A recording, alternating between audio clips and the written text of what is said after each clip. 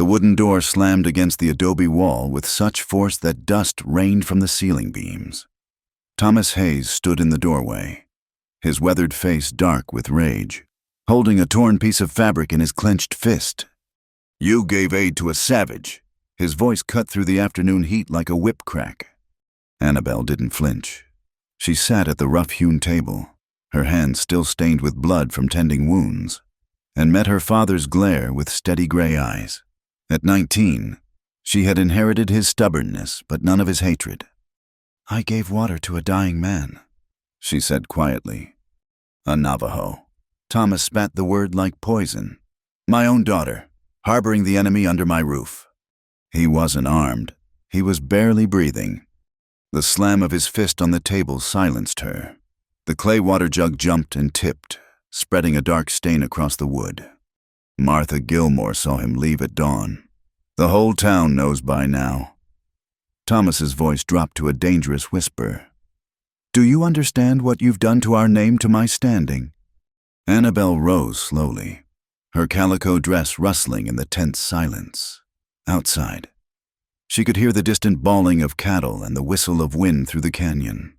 This ranch, carved from hostile land through her father's iron will, had been her whole world. Now it felt like a cage. "You're standing," she repeated softly. "That's all that matters. Isn't it not that a man might have died? Not that showing mercy might mean something?" "Mercy," Thomas laughed, a harsh sound devoid of humor. "Tell that to the Bradshaw family. Tell that to little Emma Perkins. Orphaned at 7, those savages show no mercy, and neither will I. One man's cruelty doesn't damn them all." "Enough!" He swept the water jug to the floor where it shattered. "You think your books make you wise? You think because you can read poetry and philosophy. You understand the world? You understand nothing."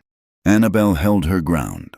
Though her heart hammered against her ribs, she had seen this rage before, but never directed at her with such venom.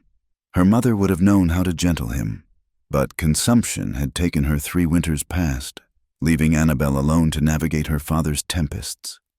"I understand that hate makes men small," she said. "I understand that." The slap came fast, snapping her head to the side. The shock of it hurt more than the sting. Thomas Hayes had never raised a hand to her before. They stood frozen, father and daughter, as the red print of his hand bloomed on her cheek. Something fundamental had broken between them, and they both knew it. "Pack your things," Thomas said, his voice now cold as mountain snow. "You want to show mercy to savages, then you can live among them." Annabelle touched her cheek, tasting copper where her teeth had cut the inside of her mouth. "What are you saying?" "I'm saying you're no daughter of mine."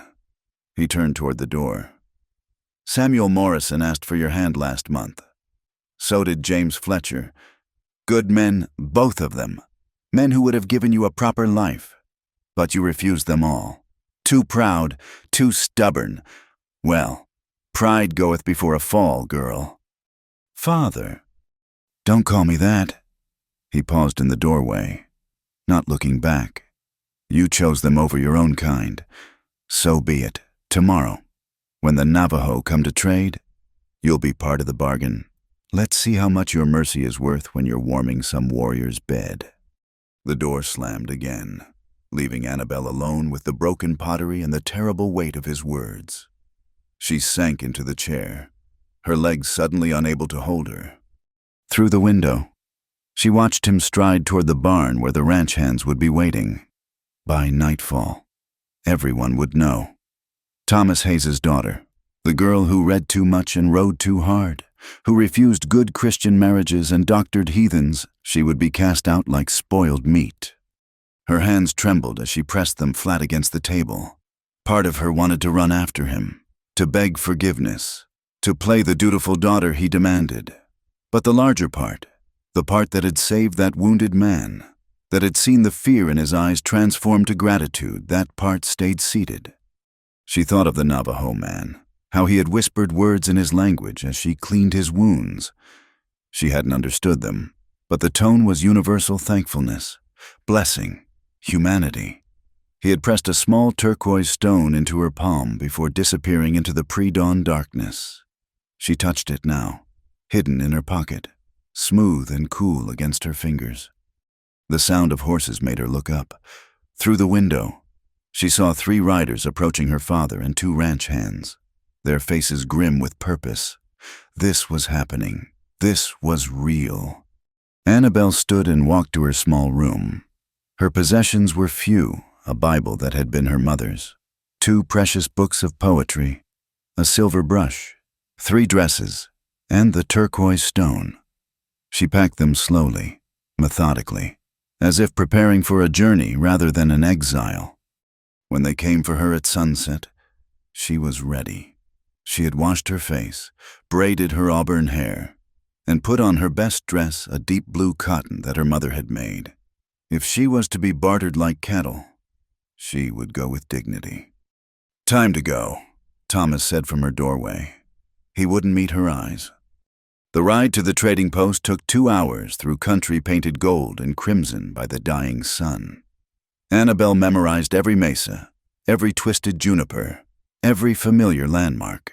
The 2 ranch hands, Joe Sullivan and Pete Carver, men who had known her since childhood, rode in uncomfortable silence. The trading post squatted like a mud turtle beside the San Juan River, its log walls dark with age and weather.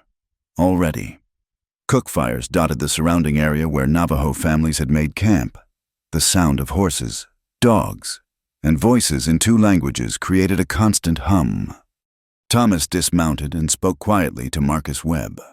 The trader. Annabelle saw money change hands. Then Webb was beside her horse, his face carefully neutral. "Miss Hayes," he said, "if you'll come with me." She dismounted without assistance, her chin high. The other traders and handful of townsmen present watched with expressions ranging from pity to satisfaction. She recognized William Thornton, whose marriage proposal she had refused last spring. He smirked and whispered something to his companion. "This way," Webb said, leading her toward a small room at the back of the post. Behind her, she heard her father's voice, loud enough to carry, "The girl's touched in the head, thinks she knows better than her betters. Maybe living with heathens will teach her proper humility." The door closed, shutting out his voice but not the echo of his words. Annabelle sat on a wooden crate in the dim room, her packed belongings at her feet, and waited for whatever came next.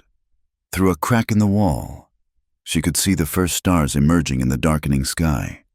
She thought of her mother, dead these 3 years, and wondered what she would say. But in her heart, Annabelle knew her mother had been kind to everyone, regardless of skin color or circumstance. It was from her that Annabelle had learned that mercy was not weakness, that compassion was not foolishness. The door opened. Webb stood there with a Navajo man she didn't recognize, older, with silver threading his black hair and deep lines around his eyes. They spoke in low voices, Webb gesturing toward her. "This is Standing Bear," Webb said finally. "He speaks for the warrior who has agreed to the arrangement." Standing Bear studied her with dark, intelligent eyes. When he spoke, his English was careful but clear. "You are the woman who helped Ashki Nez." "The wounded man?" She nodded. Something shifted in Standing Bear's expression. "Come," he said simply. And Annabelle Hayes, cast out by her own father, rose and followed him into the night. The firelight cast dancing shadows across unfamiliar faces as Standing Bear led Annabelle through the Navajo camp.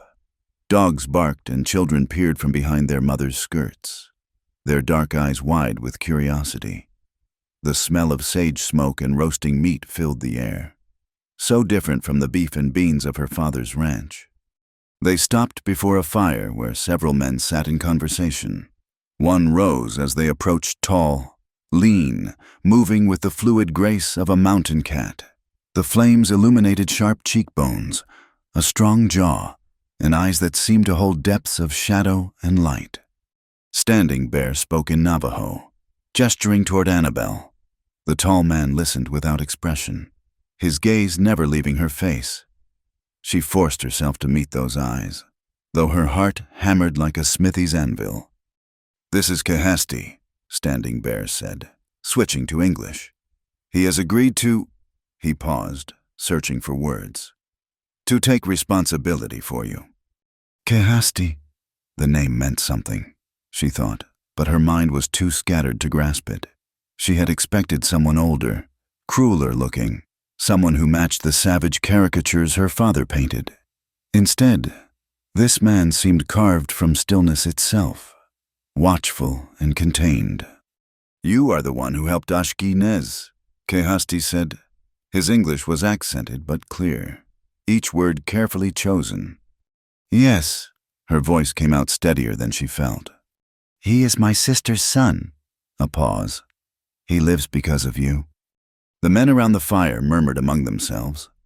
Annabelle caught fragments of tone, if not meaning surprise. Consideration. Something that might have been respect. Kehasti studied her for a long moment, then spoke again to Standing Bear in their language. The older man nodded and turned to Annabelle. "He says you will come with him now. Your arrangement. Begin." Annabelle's stomach clenched. She thought of the crude jokes she'd overheard at the trading post, the knowing looks, her father's words about warming a warrior's bed. Her hands trembled as she gripped her small bundle of possessions. Kehasti must have seen her fear. Something flickered in his expression, not quite softness, but a subtle shift. He spoke to one of the women near the fire, who rose and approached Annabelle. "This is Maria," Standing Bear explained. "She speaks English. She will help you." Maria was perhaps 40, with kind eyes and work-worn hands. She touched Annabelle's arm gently. "Come, you eat first. Long day tomorrow." "Tomorrow. We go home," Kehasti said simply. 3 days' ride. Home. The word sat strangely in Annabelle's mind. She had no home now, only this uncertain future with strangers whose ways she didn't understand. Maria led her to a separate fire where women were preparing food. They looked at her with open curiosity but not hostility. One younger woman said something that made the others laugh, not cruel laughter, but something almost welcoming. "They say your hair is like sunset," Maria translated, ladling stew into a wooden bowl. "Is pretty." Annabelle touched her braid self-consciously. At home at her father's ranch, her auburn hair had been just another mark of difference. Another reason she didn't fit the mold of proper womanhood. Here, it was simply noted, perhaps even admired. The stew was unfamiliar but good, flavored with herbs she couldn't name. As she ate, she watched Kehasti across the camp. He moved among his people with quiet authority, speaking little but listened to carefully when he did speak. Once, their eyes met across the distance. He didn't smile, but he nodded slightly before turning back to his conversation. "He is good man," Maria said, following her gaze. "Lost wife 2 winters past, no children. His heart carries sadness, but he is fair, just—" "How did she die?" The question slipped out before Annabelle could stop it.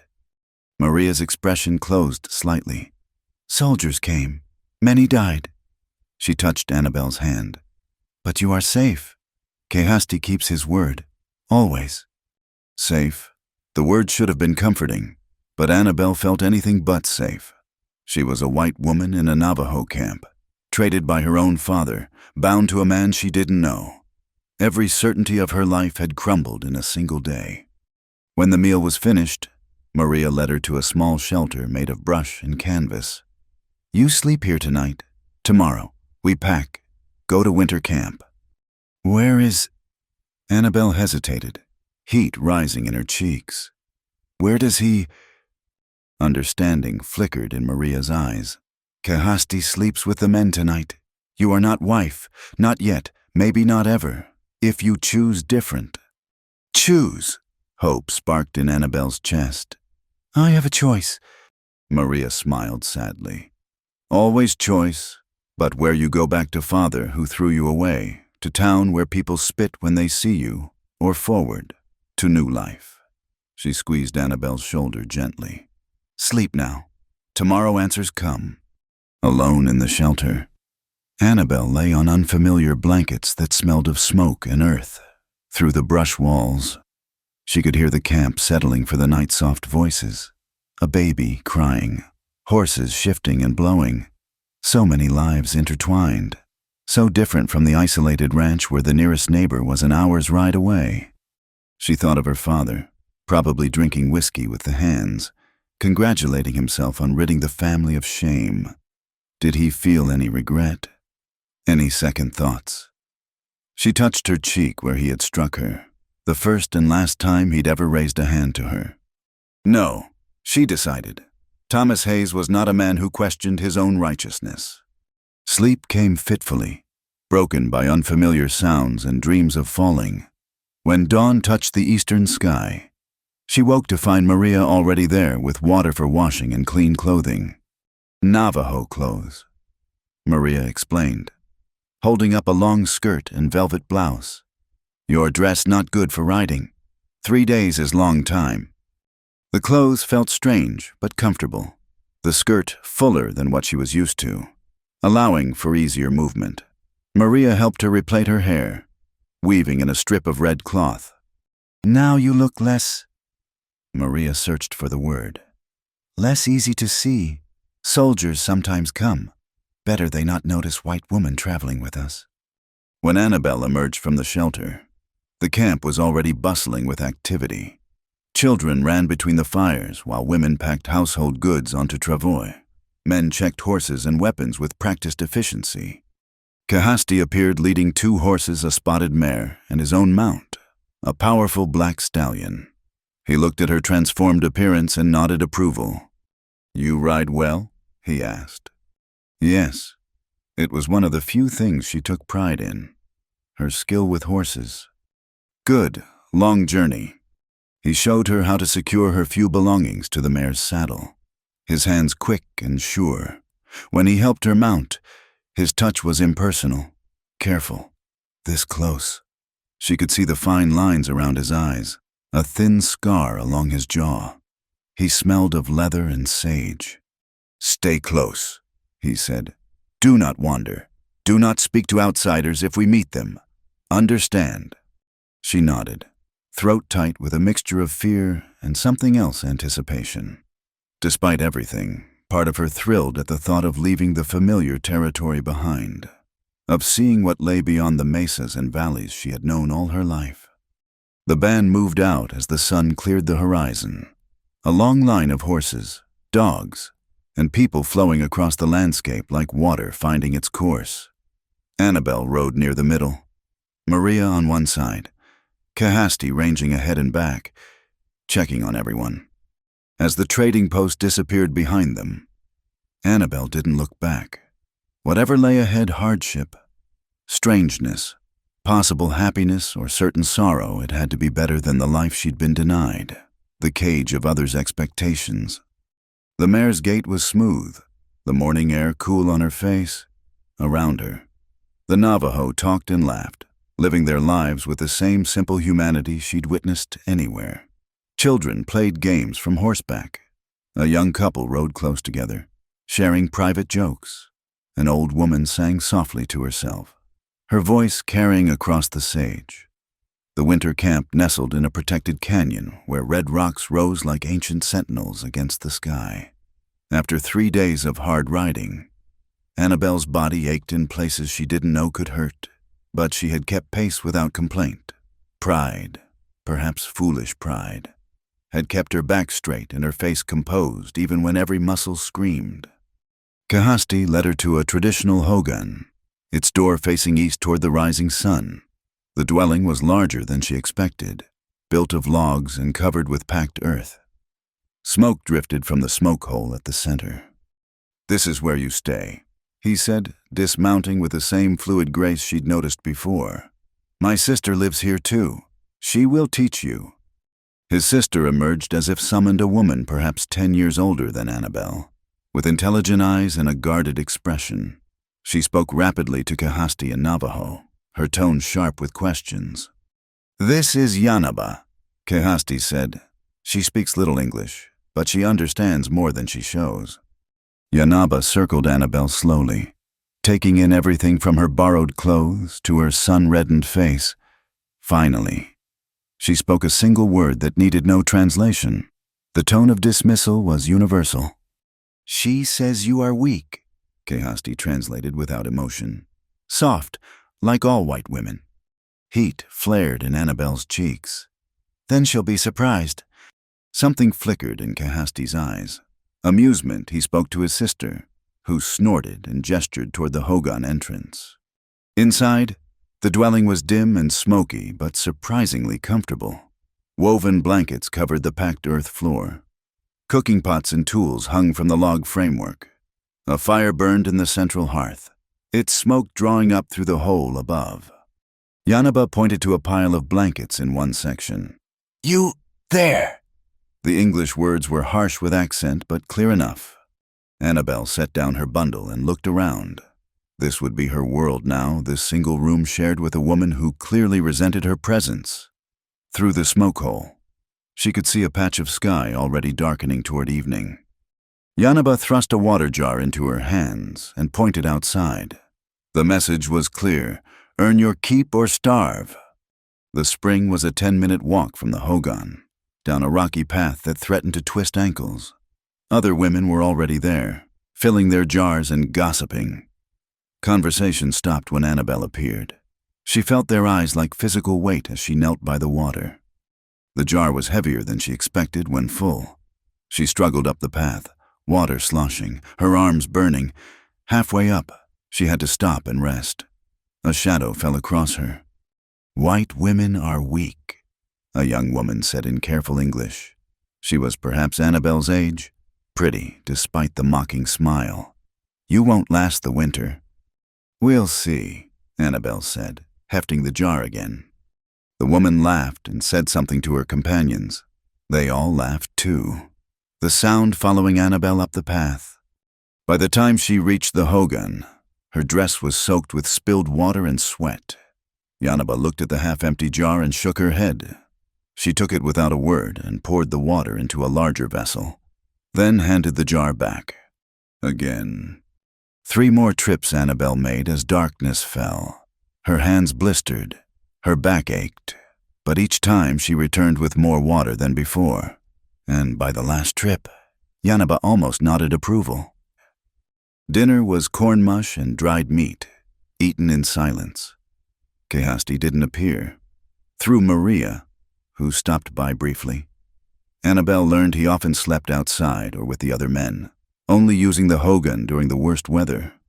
"He grieves still," Maria explained. "His wife's spirit. He feels it here."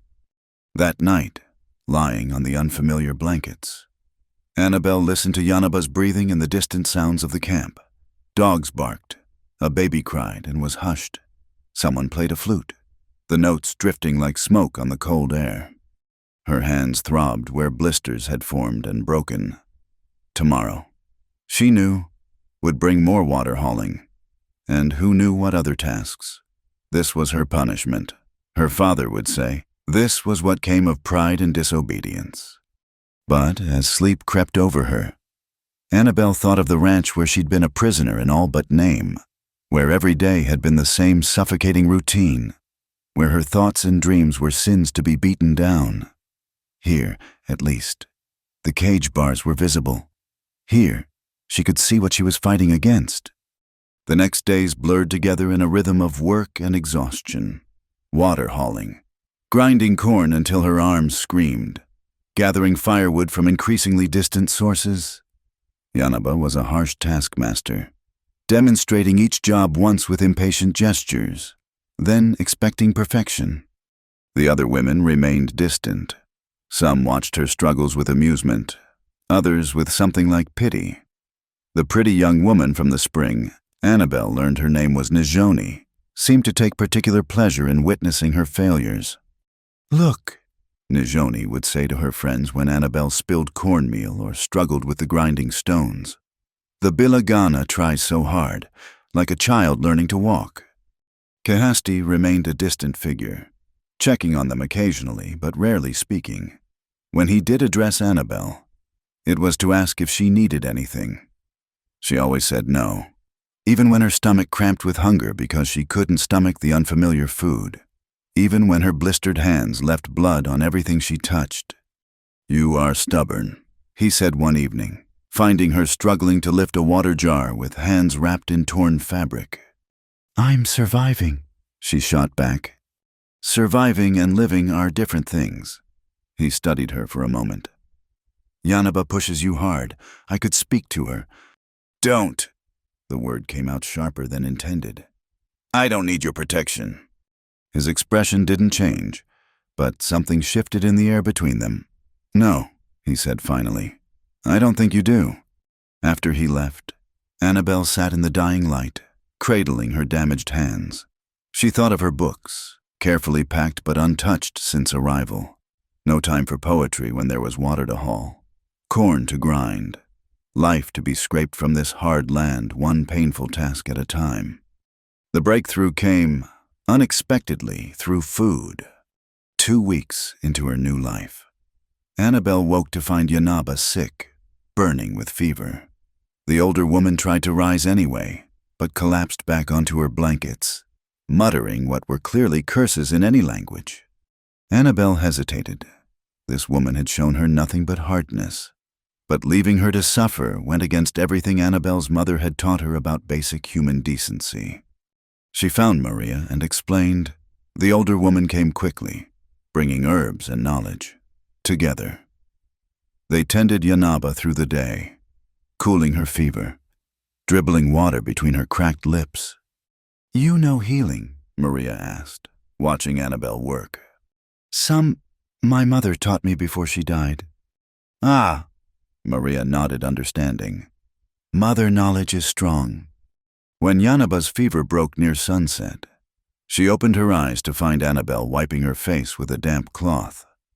For a long moment, they stared at each other. Then Yanaba spoke a single word, soft as breath. "It means thank you," Maria translated unnecessarily. The tone had said everything. That night, for the first time, Yanaba served Annabelle first at dinner. A small gesture, but in this world of careful hierarchies and earned respect, it spoke volumes. The next morning, instead of pointing at the water jar, Yanaba led Annabelle outside to where wild plants grew among the rocks. She began teaching, really teaching, showing which plants could heal, which could flavor food, which would poison. Her English remained limited, but her hands were eloquent, and Annabelle learned to read the language of gesture and demonstration.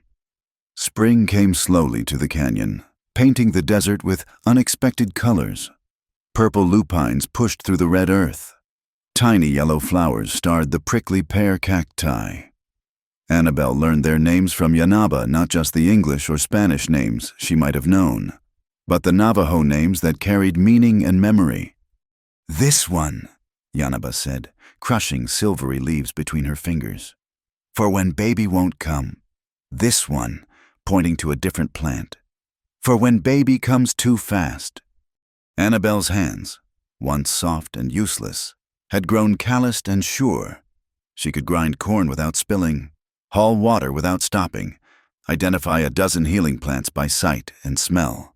The Navajo words came slowly to her tongue, but they came. On a clear morning when frost still silvered the grass, Kahasti appeared at the Hogan entrance. "Come," he said simply. "Today you learned something new." She followed him away from camp, past the spring, to where a small band of horses grazed in a hidden meadow. Her heart lifted at the sight. It had been weeks since she'd ridden, weeks since she'd felt that partnership between human and horse. "These need checking," Kahasti said. "For cuts, lameness, sickness. You know horses." "Yes." She moved among them slowly, running her hands along their legs, checking hooves, examining eyes and mouths. The horses accepted her touch, sensing her confidence. One mare had a festering cut on her foreleg, hidden beneath dried mud. Annabelle cleaned it carefully, applied a poultice of healing plants Yanaba had shown her, wrapped it with strips torn from her own petticoat. Kahasti watched in silence. When she finished, he nodded. You know more than riding. My mother loved horses.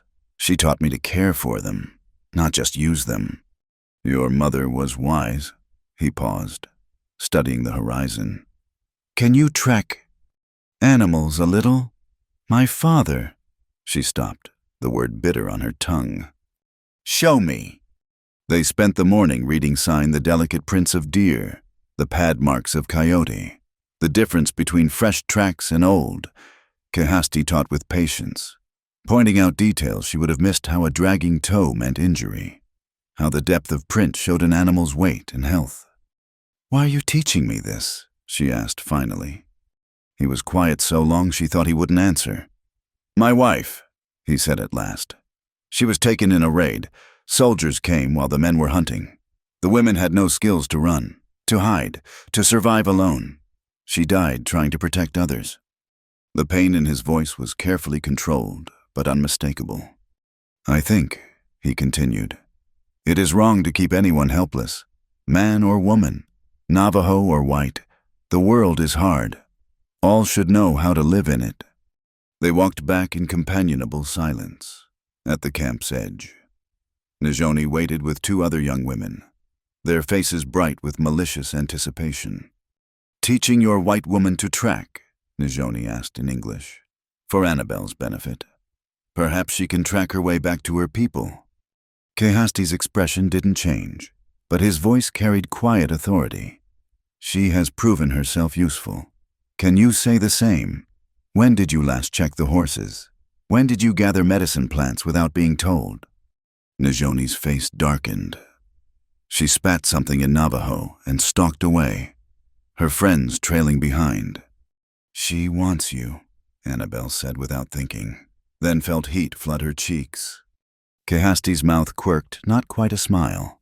She wants many things she cannot have. That afternoon, Yanaba set Annabelle to weaving. The loom was simple but the patterns complex, and her first attempts were disasters of tangled wool and broken warp threads. But Yanaba, patient now in a way she hadn't been before, guided her hands again and again. Story in the weaving, Yanaba said in her broken English. Each pattern tells, this one rain, this mountain, this journey home. As the sun lowered, painting the canyon walls gold and crimson, Maria stopped by with the news that made Yanaba frown. Traders coming, Maria explained to Annabelle. Tomorrow, maybe day after. White men from Fort Defiance. Annabelle's stomach clenched. White men meant questions, meant recognition, meant possible word getting back to her father. You stay inside when they come, Yanaba said firmly. Cover hair, keep quiet. But plans, Annabelle had learned, rarely survived contact with reality. The traders arrived at midday, their wagon creaking under loads of goods. 3 men, rough-looking and loud, their voices carrying across the camp. Annabelle watched through a gap in the Hogan's door, hanging as they set up their wares: metal pots, cloth, beads, knives. She recognized one of them. Jack Hoffman had supplied her father's ranch, had eaten at their table, had looked at her with eyes that made her skin crawl. If he saw her... Stay, Yanaba hissed, but it was too late. A child had fallen near the trader's wagon, crying out in pain. His mother ran to him, but the blood flowing from his legs sent her into panic. Without thinking, Annabelle pushed through the door hanging and ran to them. The cut was deep but clean. She pressed her skirt against it to stop the bleeding, called for water, for the healing plants she knew would prevent infection. Her hands worked automatically while her mind screamed warnings. Well, I'll be damned. Jack Hoffman's voice, thick with surprise and something worse. That you, Annabelle Hayes? She kept her eyes on the child's wound. You're mistaken. Like hell I am. He moved closer, bringing the stench of whiskey and unwashed clothes. Heard your daddy traded you off. Didn't believe it, but here you are, dressed like a squaw, doctoring their brats. The child's mother pulled him away as soon as Annabelle finished binding the wound, murmuring what might have been thanks or curses. Annabelle stood slowly, aware of the gathering crowd, of Kahasti moving through it toward them. Bet your daddy would pay well to get you back, Hoffman continued. Bet he's regretting his temper by now. He made his choice. Annabelle met Hoffman's bloodshot eyes. As did I. Your choice, Hoffman laughed, ugly and loud. Living with savages is a choice. Better than living with men who see people as things to be bought and sold. His face reddened. You always were too proud for your own good, but pride can be broken. I could help with that. Kahasti reached them then, moving between Annabelle and Hoffman with quiet authority. Trading is finished, he said calmly. Take your goods and go. Now hold on, Chief. I'm having a conversation with Miss Hayes here. She is not Miss Hayes. Kahasti's voice remained level, but something in his stance had shifted, become dangerous. She belongs to this camp now. You will leave. Hoffman's hand moved toward his hip, where a pistol hung, around them. Annabelle sensed other movements, Navajo men stepping closer, hands near weapons. The air crackled with potential violence. Jack! One of the other traders grabbed Hoffman's arm. Not worth it. Come on! For a moment, everything balanced on a knife's edge. Then Hoffman spat in the dirt, deliberately close to Annabelle's feet. This ain't over, he said. Your daddy's gonna hear about this. The whole territory's gonna hear how Thomas Hayes's daughter turned savage lover. They left within the hour, their wagon raising dust clouds as it rumbled away. Annabelle stood frozen, watching until they disappeared beyond the canyon mouth. You did well, Kahasti said quietly beside her. With the child. I've brought trouble to your people. Trouble was already here. He turned to look at her directly. You chose to help. That matters more than the words of angry men. That night, the camp was subdued. Annabelle heard whispers, saw worried glances. She had endangered them all with her impulsiveness, her inability to hide what she was. I should leave, she told Yanaba as they prepared for sleep. Yanaba snorted. Where you go back to father to town, she shook her head firmly. You stay, learn more, become strong, then choose. But Annabelle wondered, listening to coyotes calling in the darkness, if choice was just another illusion in a world where skin color and circumstance decided so much. She touched the small turquoise stone she still carried, remembering the wounded man whose life had started this journey. Tomorrow would bring what it brought.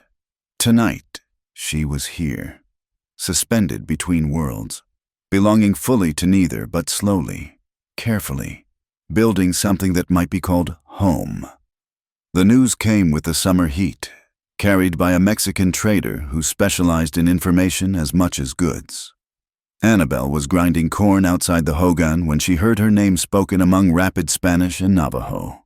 Her hands stilled on the grinding stone. Maria translated, her face grave. Your father, he tells everyone you were stolen, forced. He raises men to come find you. 20 riders, maybe more. They say terrible things about what happens here. Annabelle's throat tightened. Of course. Thomas Hayes could never admit he had cast out his own daughter. His pride demanded a different story, one where he was the wronged father, she the innocent victim. When? Kahasti asked. He had appeared silently, as he often did. 1 week, maybe 2.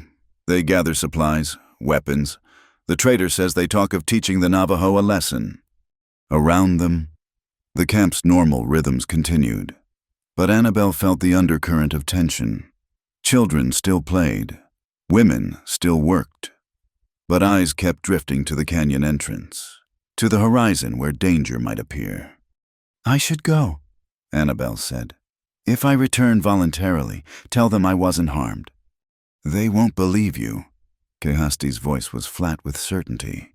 Men who need violence will find reasons for it. Yanaba spat in the dirt. Let them come. We have fought before. And lost people before, Kahasti reminded her quietly. His eyes found Annabelle's. This is not your fault, but we must prepare. The camp transformed over the following days. The peaceful rhythms gave way to watchfulness. Men cleaned weapons and checked ammunition. Women packed essential goods, ready to flee deeper into the canyons if needed. The elderly and children would leave first. Annabelle learned, while the warriors bought them time. She threw herself into preparations with desperate energy. If people might die because of her presence, she would at least make herself useful. She helped prepare medical supplies, grinding herbs and tearing cloth for bandages. She worked with the horses, ensuring they were fit for hard riding. At night, she barely slept, starting at every distant sound. "You punish yourself," Kehasti observed, finding her checking the horses for the third time one evening. "People could die because my father is a proud fool." People die for many foolish reasons. He leaned against the corral fence, his presence oddly comforting. "This is not new to us." "That doesn't make it right." "No." He was quiet for a moment. "But guilt changes nothing. Better to be ready than to waste strength on what cannot be changed." She turned to face him fully. In the dying light, she could see the weariness in his eyes, the weight of leadership in dangerous times. "Why haven't you sent me away? You could have avoided all this." "Could I?" His mouth quirked in that almost smile she'd come to recognize. "You saved my nephew. You've proven yourself to my sister, to our people. Sending you back to men who would cage you, that would be the true wrong." Something warm unfurled in her chest, dangerous as flame. "Kehasti?" A shout cut through the evening air. Riders approaching. Annabelle's heart hammered as she recognized the scout who had been watching the southern approach. His horse was lathered with sweat, his face grim. He spoke rapidly to Kehasti in Navajo, gesturing back the way he'd come. Annabelle caught only fragments, but she understood enough. "Men, many, close." "Not your father," Kehasti told her after the scout finished. "Soldiers, Army patrol from Fort Defiance." Different danger, but danger nonetheless. The Army's relationship with the Navajo was volatile. Peace treaties written and broken like morning frost. The soldiers arrived as full dark fell, their uniformed presence alien in the ancient landscape. Annabelle watched from the hogan as Kehasti and other leaders met them at the camp's edge. Torches threw dancing shadows, making it hard to read faces or intentions. The conversation lasted long into the night. Maria, returning from delivering food to the men, whispered updates. "They look for raiders, Apache. They think, but—" She shrugged eloquently. Soldiers rarely distinguished between tribes when seeking someone to punish. "They ask about white captives too. Word has spread about you." Annabelle's stomach clenched. What is Kehasti telling them? Truth and not truth mixed. He is careful with words. Near midnight, the meeting broke up. The soldiers made camp just outside the canyon, close enough to watch, far enough to show they weren't immediately hostile. An uneasy truce. Kehasti found her sitting wakeful by the hogan's entrance. "Tomorrow the captain wants to see you." "No. If you refuse, they will assume you are held against your will. That gives them excuse for action." She understood. Play the part or precipitate violence. "What should I tell them?" "Whatever keeps peace." He paused. "But Annabelle, they may not believe you. They may take you anyway." The thought of being dragged back to her father's ranch, to the cage of his expectations and the town's judgment, made her chest tight with panic. "I won't go back." "Then we must be clever." The captain was younger than Annabelle expected, with earnest blue eyes and carefully waxed mustaches. Captain James Morrison. He introduced himself. From Connecticut originally. He looked at her Navajo clothing with poorly concealed distaste. "Miss Hayes," he began, "I'm here to ensure your safety and return you to civilization." "I'm safe," she said simply, "and I choose to stay." His brow furrowed. "Surely you understand that's inappropriate. A young woman of good family, living among these people. Your father is beside himself with worry. My father traded me to these people like livestock. His worry comes late. The captain shifted uncomfortably. He says you were taken by force. He lies. Miss Hayes. Mrs. Be Gay, she corrected, using the name Maria had suggested. I am married here, by their customs. I have a place, work, respect. What does my father offer except shame and imprisonment? It wasn't entirely true she and Kahasti had no formal arrangement, but the captain didn't need to know that. The law doesn't recognize heathen marriages, Morrison said stiffly. Then the law is smaller than life. She met his eyes steadily. Captain, you seem like a decent man. Would you drag a woman from where she chooses to be? Would you return her to a father who struck her and sold her because she showed mercy to a wounded man? Morrison's discomfort deepened. I have orders. From whom my father has no official standing. Has any crime been committed here? Well, no, but... Then respect my choice. She softened her tone deliberately. Please, I know this seems strange to you, but I've found more kindness here in months than in 19 years at my father's ranch. Would you take that from me? The captain wrestled with duty and decency, his face an open book. Finally, he sighed. I'll need to report that I found you well and choosing to remain, but Miss Hayes misses. Begay, this situation is irregular. There may be consequences I cannot control. I understand. He left looking troubled, his soldiers grumbling about wasted time. Annabelle watched them go with relief tempered by worry. This was temporary reprieve, not solution. You did well, Kahasti said. But he was right. There will be consequences. As if summoned by his words. A dust cloud appeared on the horizon 3 days later. Not soldiers this time. Annabelle recognized the lead rider's posture before she could see his face. Thomas Hayes had come himself.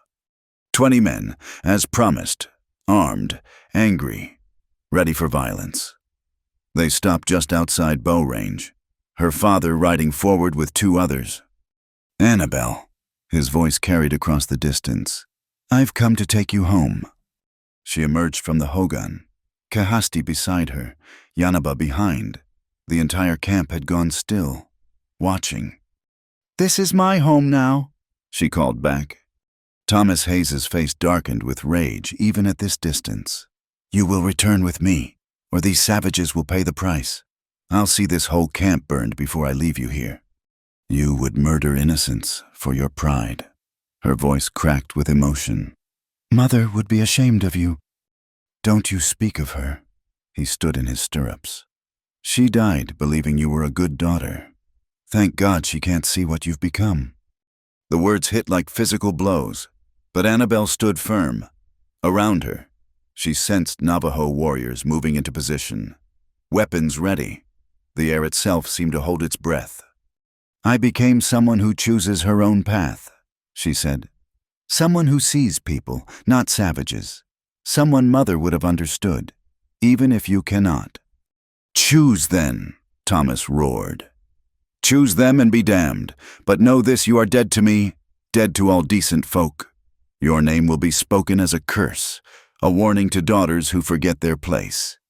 Then I choose to live, she said quietly, though she knew he couldn't hear, rather than exist in your shadow. Father and daughter stared at each other across the divide of sand and understanding. Then Thomas Hayes wheeled his horse and galloped back to his men. For a moment, Annabelle thought he would leave. That pride and disgust would drive him away. Then she saw him draw his rifle. The rifle shot echoed off the canyon walls like thunder. The bullet struck the ground near Annabelle's feet, sending up a spray of red dust. A warning shot. But the message was clear. Thomas Hayes had come for blood. Inside, Kahasti commanded. But Annabelle stood frozen, watching her father's men spread into a ragged line. Some she recognized ranch hands who had eaten at her table, men who had tipped their hats to her in town. Now they leveled guns at the camp where children played. Yanaba grabbed her arm, pulling her toward cover, but Annabelle wrenched free. No, this is my fight. Foolish girl, Yanaba hissed. Bullets don't care whose fight. Another shot cracked through the air, closer this time. Then everything erupted. Navajo warriors materialized from concealment, arrows knocking, old rifles rising. The women ran with the children, heading for the deeper canyons as planned. But Annabelle couldn't move, couldn't look away from the disaster she had brought upon these people. Hold! Kehasti's voice rang with authority. He stepped into the open, hands visible but near his weapons. There is no need for death here. Send out my daughter, savage! Thomas Hayes roared back. Send her out and we ride away. She chooses to stay. Respect her choice and go. A white woman has no business choosing savages over her own kind. Annabelle found her voice and her courage. She walked forward, pushing past Kehasti's restraining hand, until she stood between the two groups, a lone figure in Navajo dress facing down her past. Father, the word tasted bitter. Look at what you're doing. Look at yourself. I see a daughter corrupted, he spat back. Living in sin with heathens, spitting on everything I taught you. You taught me pride and hatred. They taught me strength and kindness. She spread her arms wide. If you must shoot someone, shoot me. But leave these people be. They've done nothing but show me the humanity you denied them. For a moment, silence stretched taut as a bowstring. She saw her father's face contort, rage warring with something that might have been pain. His rifle barrel wavered. Then Jack Hoffman spoke from among the riders. Enough talk, Hayes. We came here to teach these savages a lesson. Your daughter's made her choice, let her live with it. Or die with it. He raised his pistol toward the camp. Annabelle saw his intent, saw the bloodlust in his eyes, and moved without thinking. She ran not away but toward him, toward the line of armed men, a desperate attempt to prevent the massacre she could feel coming. No! Multiple voices shouted her father's, Kehasti's, others. Hoffman's pistol swung toward her. Time slowed. She saw his finger tighten on the trigger, saw the cruel smile on his face, and knew she was about to die.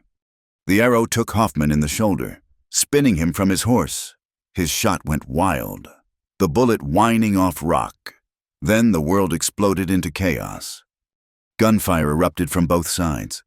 Annabelle hit the ground hard, rolling behind a boulder as bullets and arrows filled the air. She could hear shouting in English and Navajo, the scream of horses, the terrible sounds of men in pain. Through the dust and confusion, she saw Kehasti moving like a shadow, his old rifle speaking with deadly precision. He fought not with rage, but with cold efficiency, protecting his people with every shot.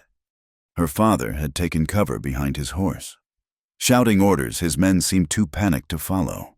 Some were already fleeing. The reality of armed resistance breaking their bloodlust. Others fired wildly into the camp. Enough! Annabelle screamed, but her voice was lost in the battle. She saw a young Navajo warrior fall, clutching his chest. One of her father's men, Pete Carver, who had taught her to whistle when she was 6, lay motionless in the dust. This was madness. Pointless death because two peoples couldn't bridge their fear and hatred. The battle might have lasted minutes or hours, time lost meaning in the chaos. Then, as suddenly as it began, it started to end. The attacking force, bloodied and reduced, began to pull back. Several men were wounded, at least 2 dead. On the Navajo side, she could see casualties too, though the warriors' knowledge of the terrain had given them advantage. Pull back! Thomas Hayes's voice cracked with emotion. Pull back, damn you! The survivors retreated, dragging their wounded, leaving their dead. Annabelle started to rise, to go to the fallen, but strong hands held her down. Not yet, Kehasti said grimly. Let them go! They watched the beaten force retreat beyond rifle range. Her father sat his horse like a broken man, staring back at the camp. Even at this distance, Annabelle could see the slump of his shoulders, the weight of what his pride had cost. Then Jack Hoffman, bloody and swaying but still mounted, raised his voice. This ain't over. We'll be back with the army. They'll burn this whole camp for murdering white men." "You attacked us," Annabelle shouted back, finding her feet despite Kehasti's restraining hand. "You came here with violence. The army will—" "The army will believe white men over savages and their white whore," Hoffman snarled. "You're all dead. You just don't know it yet." They left then, a depleted and demoralized force carrying their wounded and their hate. Annabelle watched until they disappeared into the heat shimmer, then turned to face the cost of her presence. The camp was already moving with grim efficiency. Women emerged from hiding to tend the wounded. Children were kept away from the bodies. The 2 dead attackers would be dealt with according to Navajo custom, despite being enemies given more respect in death than they had shown in life. 3 Navajo warriors had been wounded, 1 severely. A woman had been grazed by a wild bullet while fleeing. Property was damaged, horses scattered, peace shattered. "This is my fault," Annabelle said, kneeling beside the severely wounded warrior as Yanaba worked to stop the bleeding. "No," Kehasti's voice was firm. "This is the fault of men who choose hate over understanding. You didn't bring them here. They brought themselves. But would it have been better if you hadn't saved Ashki Nez, if you had let him die?" He shook his head. "Every kindness has cost. That doesn't make kindness wrong." The wounded warrior, barely more than a boy, she realized, whispered something. Kehasti listened, then translated. He says he is proud to bleed for someone who showed mercy to his cousin." Tears burned Annabelle's eyes as she helped hold bandages in place. All around her, the camp worked to restore order, to heal wounds, to prepare for what might come next. No one looked at her with blame, though she would have understood if they had. As the sun set, painting the canyon walls the color of blood, Standing Bear arrived with sobering news. Scouts had followed the retreating attackers. They were indeed heading for Fort Defiance, and Hoffman's threats would likely find sympathetic ears. "We must move," Standing Bear said. "Deeper into the canyons, the old hiding places." "For how long?" someone asked. "Until they forget, or until we can make peace another way." Annabelle understood what wasn't being said. This band would become fugitives because of her, their crime defending themselves against unprovoked attack. But history was written by those with the most guns, and truth mattered less than the color of one's skin. "I should go to the fort," she said. "Tell them what really happened. Captain Morrison might listen." "No." Kehasti's refusal was immediate. "They would not let you leave again, and your words would change nothing. When white men die, someone must be punished. Truth is secondary." That night, as the camp prepared to abandon this place that had been home, Annabelle sat with Yanaba, grinding herbs for the wounded. Her hands moved automatically, crushing leaves that would ease pain, stems that would fight infection. "We have run before," Yanaba said quietly. "We will run again. This is our life." "It shouldn't be. Many things shouldn't be." Yanaba touched her shoulder gently. "But you stood between us and bullets. You are one of us now. In blood and choice, we run together." Under cover of darkness, the band began their exodus. The wounded were carried on travois. Essential goods were packed on horses. Everything else, the careful accumulation of daily life, was left behind. Annabelle walked beside the travois, carrying the young warrior, monitoring his breathing, adjusting his bandages. With each step away from the canyon, she felt the weight of transformation. The woman who had lived in her father's house, who had dreamed of freedom while accepting its impossibility, was as dead as Thomas Hayes had declared. In her place walked someone new, scarred by choice, strengthened by hardship, bound by love and loyalty to people her birth culture called savage. The irony wasn't lost on her. In trying to punish her, her father had given her the very freedom he sought to deny. The stars wheeled overhead, ancient and indifferent to human struggles. Somewhere behind them, men nursed wounds and grudges, planning vengeance. Somewhere ahead lay uncertainty, hardship, the constant threat of violence. But also ahead lay Kehasti, scouting their path. Yanaba walked beside her, humming softly to calm the wounded. Maria carried a sleeping child. Standing Bear guarded their rear. Her family now. In all ways that mattered. The hidden canyon had sheltered the band for 3 weeks. Ancient cliff dwellings looked down on their temporary camp. Witnesses to centuries of people seeking refuge. Annabelle had learned to read the signs of previous inhabitants' pottery shards. Grinding stones worn smooth. Handprints on rock walls, reminders that survival here was possible. Had always been possible. She sat beside the wounded young warrior, spooning broth between his lips. He would live, though the fever had nearly taken him. His name was Bidzil. She had learned. And he was just 17. When conscious, he practiced English with her, determined to understand the language of those who threatened his people. "Why you stay?" he asked one morning, his voice still weak. "Your people come. You could go." Annabelle considered the question she asked herself daily. Through the narrow canyon mouth, she could see Kahasti teaching young boys to track. His patience with them echoed his patience with her. Those first difficult weeks that now seemed a lifetime ago. "Where would I go?" she answered finally. "Back to a cage, to men who see me as property to be traded or reclaimed." She shook her head. "I choose this. Choose you, all of you." Bidzil studied her with eyes wise beyond his years. "Choice is gift," he said carefully. "But gift has price." The price had become clearer as days passed. Scouts reported army patrols increasing, searching the known canyons. Her father's accusations had found willing ears. The story spreading through the territory painted the band as murderous renegades who had kidnapped and corrupted a white woman. The truth that they had defended themselves against unprovoked attack mattered to no one with power to help. That evening, Kehasti found her at the canyon rim, watching stars emerge in the darkening sky. He moved silently, but she had learned to sense his presence, a warmth at her shoulder before he spoke. "Standing Bear returns tomorrow," he said, "with the news from the fort." "Bad news?" It wasn't a question. Most likely. He settled beside her, close enough that she felt his solid presence without touching. "They offer reward for you. Much money for your rescue." "Blood money?" "Yes." They sat in companionable silence, watching nighthawks dive for insects in the dying light.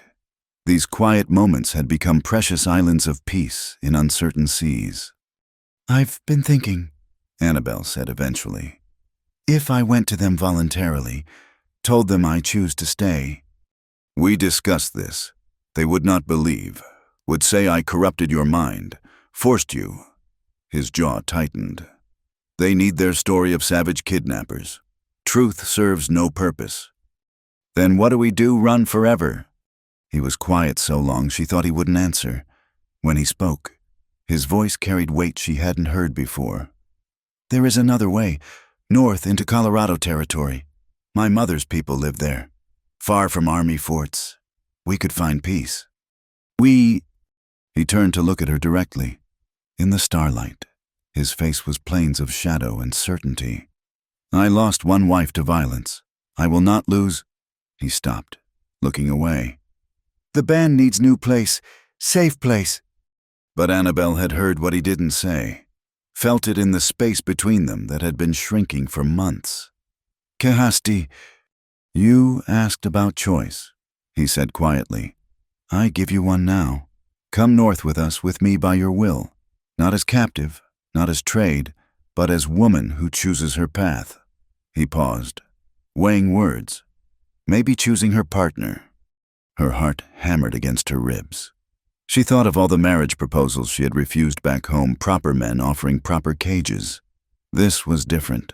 This was a man who had taught her strength, who valued her choices even when they brought danger, who saw her as herself rather than a role to be filled. "The others," she managed. Would they accept it? "You nursed Bidzil through fever, helped birth Shima's baby, stood between us and your father's guns." A rare smile touched his lips. "Yanaba threatens to adopt you if I don't claim you first." "Despite everything?" Annabel laughed a sound that surprised them both. When had she last laughed freely? When had joy been possible amid so much uncertainty? Is that proposal Navajo style? No. He rose, offering his hand to help her up. Proper proposal comes with family, ceremony, negotiations. This is just man asking woman if she might welcome such things. She took his hand, let him pull her to standing. They stood close, her hand still in his, the moment balanced like a hawk on wind. Ask me again, she said softly. When we're safe in your mother's country. Ask me when I can say yes without wondering if it's gratitude or necessity or loneliness speaking. He nodded, understanding and respect in his eyes. I will wait. We have learned patience. You and I. Standing Bear arrived at dawn with grim confirmation. The army was mobilizing for a major sweep of the canyons. They had perhaps days before soldiers found even this hidden refuge. More troubling. Bounty hunters had joined the search, drawn by reward money and the chance to kill Navajo without consequence. We leave tonight, Kehasti announced to the gathered band. North as discussed. Those who wish to stay, to try other paths, may do so. None chose to leave. Even families with young children, elderly grandparents, understood that staying meant probable death or captivity. The bonds forged by shared danger held firm. Annabel spent the day in preparations medical supplies for the journey, helping pack what little they had managed to save. Yanaba worked beside her, teaching her the names of northern plants. What would change in the highlands they sought? Cold there, Yanaba warned. Snow comes early, stays late. Hard country.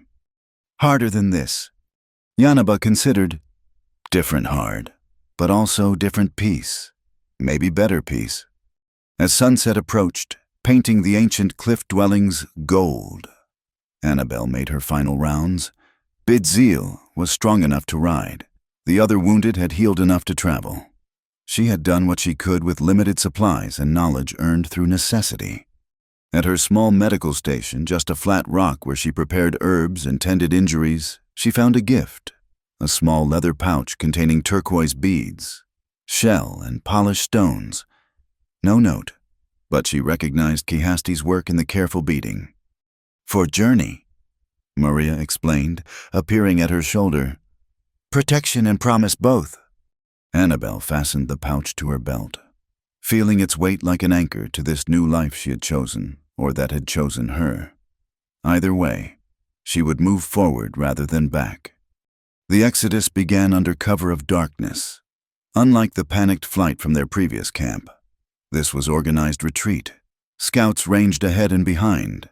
The children rode in the center, some asleep in their mother's arms. The elderly were given the gentlest horses. Annabel rode near Kehasti, her rifle across her saddle. He had taught her to shoot Navajo style, from horseback at full gallop. She was no expert, but she could defend herself and others if needed. One more transformation, one more skill that would have horrified her former self. They traveled through the night, following paths invisible to untrained eyes. By dawn, they had covered 20 miles, reaching a predetermined resting spot where fresh water bubbled from rock. As the band settled for brief rest, Annabel helped water horses and checked on the wounded. The routine of care, of being needed and useful, had become her foundation. Whatever else changed, this remained constant. People needed tending, and she had learned to provide it. Riders coming, a scout reported. From the south, moving fast. Tension rippled through the camp. Weapons appeared in hands. Children were quickly hidden among the rocks. Annabel found herself pushed behind cover by Yanaba, who muttered what were certainly curses about stubborn white women who didn't know when to hide. But the approaching riders weren't soldiers. As they drew closer, Annabel recognized one Captain Morrison, riding with just 2 companions, no uniform, hands visible and empty. Kehasti met them at safe distance, Standing Bear beside him. The conversation was too far to hear, but Annabel could read urgency in Morrison's gestures, saw Kehasti's posture shift from suspicion to attention. When they returned to camp, Morrison's eyes found Annabelle immediately. "Mrs.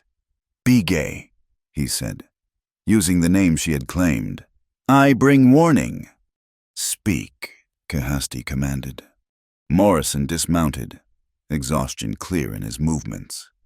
"I've ridden 2 days to find you. What happened at your camp, I've seen the reports. They're lies, but command believes them, or chooses to." "We know this," Standing Bear said impatiently. "What you don't know," Morrison continued, "is that Colonel Bridger plans to make example. He's bringing 200 men, plans to pursue until every member of this band is dead or captured." He looked directly at Annabelle. "Especially you.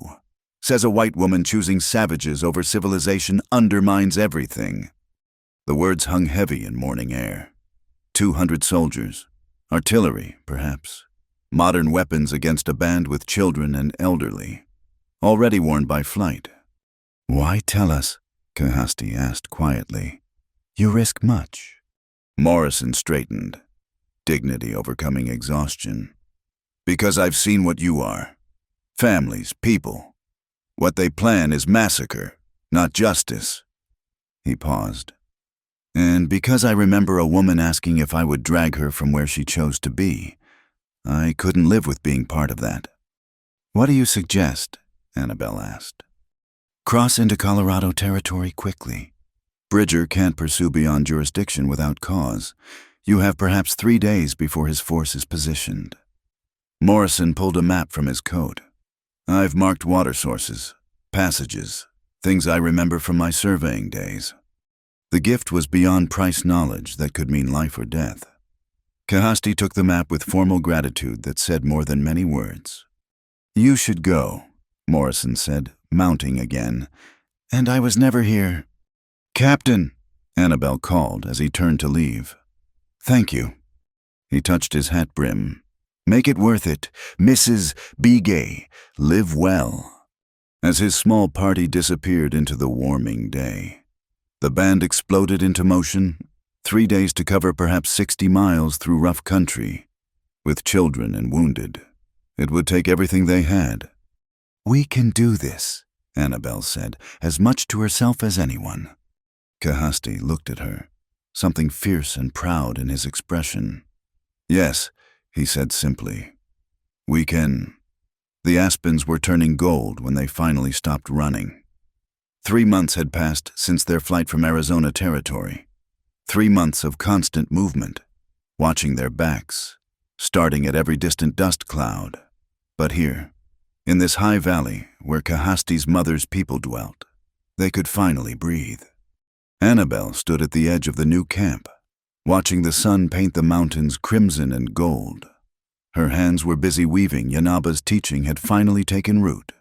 But her mind wandered over the journey that had brought her here, the desperate race against Bridger's forces, the kindness of strangers who had hidden them. The moment they crossed into Colorado territory and knew, for now at least, they were beyond military reach. "Your weaving improves," Yanaba said, settling beside her. The older woman moved more slowly these days, the hard journey having taken its toll. But her eyes remained sharp. "Soon you make blanket even I would trade for." "High praise," Annabelle replied in Navajo. Her fluency had grown during their travels, necessity being the finest teacher. They worked in companionable silence, the rhythm of weaving as soothing as breath. Around them, the camp bustled with preparation for winter. This place, a valley protected by peaks, with good water and grazing, would be home until spring at least, perhaps longer, if the world forgot about a band of Navajo and one wayward white woman. "He watches you," Yanaba said suddenly, not looking up from her work. Annabelle followed her gaze to where Kahasti helped raise a winter shelter. He had kept his distance since their arrival, giving her space to find her footing in this new place. But yes, he watched, as she watched him. "He waits for answer," Yanaba continued. "To question he asked under stars." The proposal, it seemed a lifetime ago. That moment on the canyon rim when he had offered her not just partnership, but true choice. Now, with safety found and winter approaching, the question hung between them like morning mist. I know, Annabelle said softly. You know your heart. Did she? Annabelle set down her weaving, studying her hands. They were no longer the soft hands of Thomas Hayes's daughter. Scars marked where rope had cut deep. Calluses ridged her palms from grinding, hauling, riding. These hands had delivered babies, tended wounds, held weapons in defense of people who had become family. I know I can't imagine life without him, she admitted. Without any of you, but— No buts, Yanaba interrupted firmly. Heart knows or doesn't know. Simple. That evening, as purple shadows filled the valley, Annabelle found Kehasti at the horse corral. He was working with a young mare, patient as always, teaching trust through consistency and gentle strength. She's beautiful, Annabelle said, approaching slowly to not startle the animal. Wild one, caught last week, but she learns. He glanced at her sideways. Like someone else I remember. I was never that graceful. No, he agreed with rare humor. You fell off more. They stood together watching the horses. The comfortable silence of two people who had learned each other's rhythms through hardship and distance traveled. I've been thinking, Annabelle began. Dangerous habit. She smiled despite her nervousness. About your question, under the stars. His hands stilled on the rope, but he didn't turn to face her, waiting, as he always did, for her to choose her words. Ask me again, she said quietly. Ask me now, when we're safe and I know my own mind. He turned then, studying her face in the dying light. What he saw there must have satisfied him, because he set aside the rope and took her hands in his, work roughened meeting work roughened, strength recognizing strength. Annabelle Hayes, who is also Astza Bige, he said formally. Will you join your path with mine? Will you share my fire, my struggles, my joys? Will you let me stand beside you as husband, partner, equal? The Navajo words mixed with English, creating something new like them, like the life they had built from fragments of two worlds. She thought of her mother, who had loved without boundaries, of her father, whose love had turned to control and rage, of this man who had seen her at her worst and still offered respect alongside affection. Yes, she said simply, yes to all of it. His smile transformed his face, years falling away to reveal the young man beneath the warrior's burden. He pulled her close, and she rested her forehead against his chest, hearing his heartbeat strong and steady. There will be ceremony, he murmured into her hair. Proper negotiations with families. Yanaba threatens to demand many horses for you. Annabelle laughed, the sound muffled against his shirt. I'm sure she does. But for now, he tilted her chin up, question in his eyes. For now, she agreed, and kissed him under the first stars of evening. The ceremony came with the first snow. Kehasti's mother's people welcomed the union with joy, tempered by understanding of what it meant, this binding of white woman and Navajo man in times when such things brought danger. But here, in this high valley, they could celebrate without fear. Annabelle wore traditional dress, the finest weaving Yanaba could produce. Her auburn hair was bound with silver and turquoise. When she looked in the still water of the stream that morning, she hardly recognized herself. Thomas Hayes's rebellious daughter had vanished completely, replaced by this woman who stood with confidence born of choosing her own way.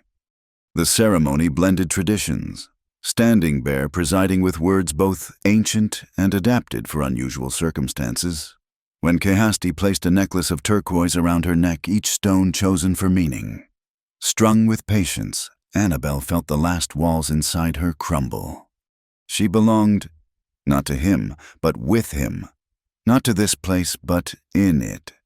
The distinction mattered. Winter passed in quiet rhythms. Annabelle expanded her healing knowledge, learning from the grandmothers who held generations of wisdom in weathered hands. She helped with births 3 that winter. All successful. She treated injuries, illnesses, the everyday hurts of life lived close to earth. Kahasti taught her to hunt in snow, to read weather in cloud formations, to find game trails invisible to untrained eyes. Their partnership deepened with each shared task, each challenge met together. When spring's first green shoots pushed through melting snow, a trader brought news from the south. The army had given up the search, distracted by new conflicts. Thomas Hayes had sold his ranch and moved east, telling anyone who would listen that his daughter had died, killed by savages. "You are ghost now," Maria said gently, translating the trader's gossip. "Free to be who you choose." That evening, Annabelle and Kahasti climbed to a ridge overlooking their valley. The setting sun turned the peaks to gold, and somewhere below, children played in the last light. Their voices carried on clean air, Navajo words mixing with Spanish and English, the sound of cultures blending by necessity and choice. "Do you regret?" Kahasti asked quietly. "The life you left?" Annabelle considered, her hand finding his. "How can I regret the path that brought me here?